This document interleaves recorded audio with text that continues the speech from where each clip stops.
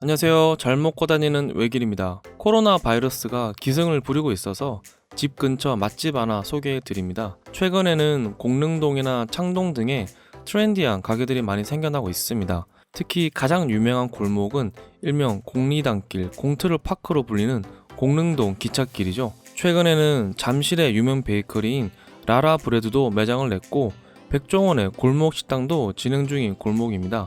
여기 도봉가는 공리단길에서 차로 10분 정도 거리에 있는데요. 정말 생뚱맞은 곳에 있습니다. 위치는 4호선 쌍문역에서 도보로 10분 정도이고 정의여고 사거리라고 불리는 곳에 위치해 있습니다. 주차는 2대 정도 가능합니다. 가게는 2층을 통째로 사용하고 있고 루프탑도 있습니다.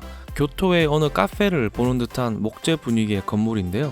상당히 고즈넉합니다. 가게 문을 열고 들어가면 빵 굽는 냄새가 향긋하게 올라옵니다. 1층에는 에스프레소 머신과 빵 굽는 공간이 있습니다. 빵은 디저트류와 케이크류가 있는데요. 케이크류는 별도로 전시되어 있지 않네요. 1층 천장이 상당히 높게 디자인되어 있어서 시원시원한 느낌도 좋았습니다. 1층에도 물론 자리가 있지만 자리가 많지 않았고 테이블은 주로 2층에 있습니다. 커피는 산미가 강한 맛과 고소한 맛으로 선택이 가능합니다.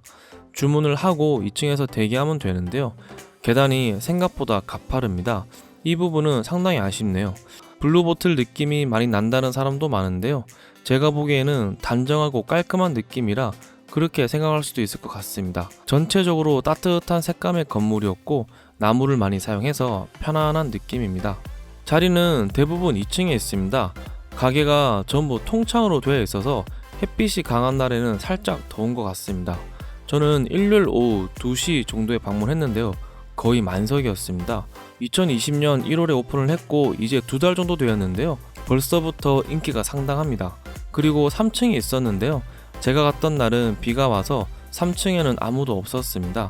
날씨 좋은 날에는 3층에서 여유롭게 차 한잔 하는 것도 괜찮을 것 같습니다.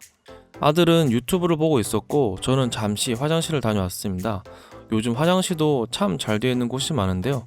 도봉간에는 다이슨 손 건조기가 있네요. 바람이 강력해서 아주 좋았습니다. 가장 인기가 많은 바스크 치즈 케이크와 아인슈페너를 주문했고 아메리카노와 다른 디저트도 주문해 봤습니다.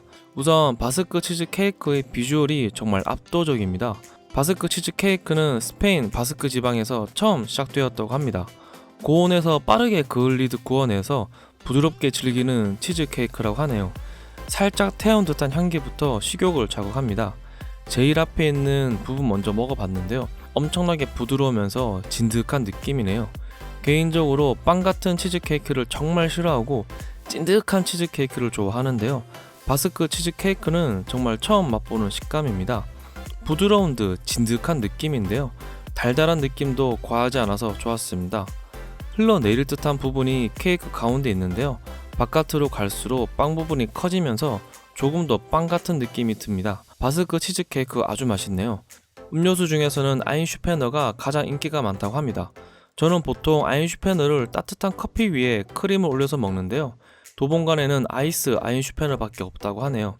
이 부분은 상당히 아쉬웠습니다. 뜨거운 커피가 먼저 입에 들어가고 부드러운 생크림이 뜨거운 입안에 들어올 때 그 느낌을 상당히 좋아하는데 아이스에서는 그런 느낌을 느낄 수가 없네요. 그래도 도봉간 아인슈페너 아주 맛있습니다. 아인슈페너에서 가장 중요한 것은 크림인데요. 크림이 정말 기가 막히네요. 계피가루 솔솔 뿌려서 향도 좋았고요. 커피와의 궁합도 잘 어울렸습니다.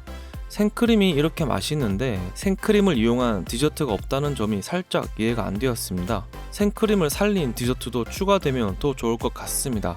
커피는 고소한 맛으로 주문했는데요. 위에 크레마가 없어서 조금 아쉽네요. 커피도 나름 거품의 맛이 중요한데요. 이런 부분은 좀 보완되면 좋을 것 같습니다.